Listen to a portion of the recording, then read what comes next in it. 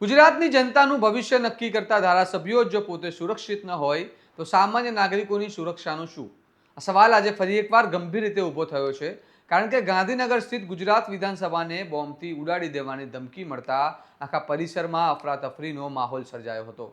Police, bomb squad અને સુરક્ષા એજન્સીઓ તાત્કાલિક દોડતી થઈ ગઈ હતી અને મુખ્યમંત્રીથી લઈને ધારાસભ્યો સુધી દરેકના જીવ તાળવે ચોંટી ગયા હતા. આખરે શું છે આ સમગ્ર મામલો? આવો વિગતે વાત કરીએ આ અહેવાલમાં.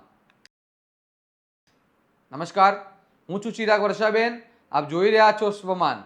છેલ્લા થોડા સમયથી ગુજરાતમાં સતત ધમકી ભર્યા ઈમેલનો સિલસિલો ચાલુ છે.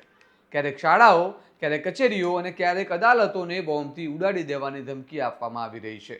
આ કારણે માત્ર સુરક્ષા એજન્સીઓ જ નહીં, પરંતુ સામાન્ય નાગરિકોમાં પણ ભયનો માહોલ ઊભો થયો છે.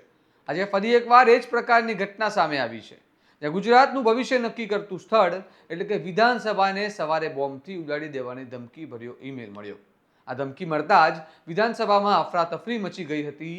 પોલીસ અને બોમ્બ સ્ક્વોડની ટીમો તાત્કાલિક ઘટના સ્થળે પહોંચી ગઈ અને સમગ્ર પરિસરમાં સર્ચ ઓપરેશન શરૂ કરવામાં આવ્યું હતું. આજે બજેટ સત્રનો છેલ્લો દિવસ હોવાના કારણે મોટી સંખ્યામાં ધારાસભ્યો હાજર હતા અને આવી સ્થિતિમાં મુખ્યમંત્રી, મંત્રીઓ અને તમામ ધારાસભ્યોના જીવ પણ તાળવે ચોંટી ગયા હતા. સામાન્ય રીતે ગૃહની કાર્યવાહી સવારે 9 વાગે શરૂ થતી હોય છે, પરંતુ આ ધમકીના કારણે કાર્યવાહી 1 કલાક મોડાથી શરૂ કરવામાં આવી હતી. આ ઘટનાને લઈને ધારાસભ્યોમાં પણ રોષ જોવા મળ્યો છે અને આવા અસામાજિક તત્વો સામે કડક કાર્યવાહી કરવાની માંગ ઉઠી રહી છે.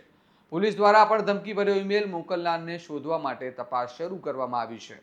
અગાઉ પણ આવી ઘટનાઓમાં શાળાના વિદ્યાર્થીઓ સંડોવાયેલા હોવાનો કેસ સામે આવ્યા છે, જેના કારણે હવે તપાસ વધુ ગંભીરતાથી કરવામાં આવી રહી છે. ઉપરાંત આજે બોર્ડ પરીક્ષાનો અંતિમ દિવસ હોવા છતાં અમદાવાદની કેટલીક શાળાઓ જેવી કે મેમનગરની મહારાજા અગ્રસેન સ્કૂલ, ઘાટલોડિયાની કેલોરેક્સ સ્કૂલ અને શાંતિ એશિયાટિક સ્કૂલને પણ ધમકીઓ મળતા પોલીસ સક્રિય થઈ ગઈ છે.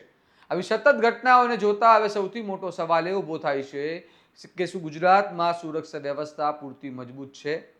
જ્યારે રાજ્યનું પાટનગર એટલે કે ગાંધીનગર અને વિધાનસભા જેવી હાઈ સિક્યુરિટી જગ્યા પણ ટાર્ગેટ બને છે, ત્યારે સામાન્ય નાગરિકોની સુરક્ષા અંગે ચિંતા વધવી સ્વાભાવિક છે.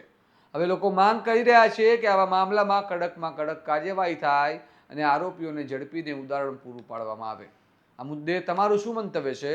અમને કમેન્ટ કરીને જણાવો અને આવા વિસ્તૃત અહેવાલ માટે સ્વમાનની ચેનલને લાઇક, શેર અને સબસ્ક્રાઇબ કરવાનું ભૂલતા નહીં. નમસ્કાર.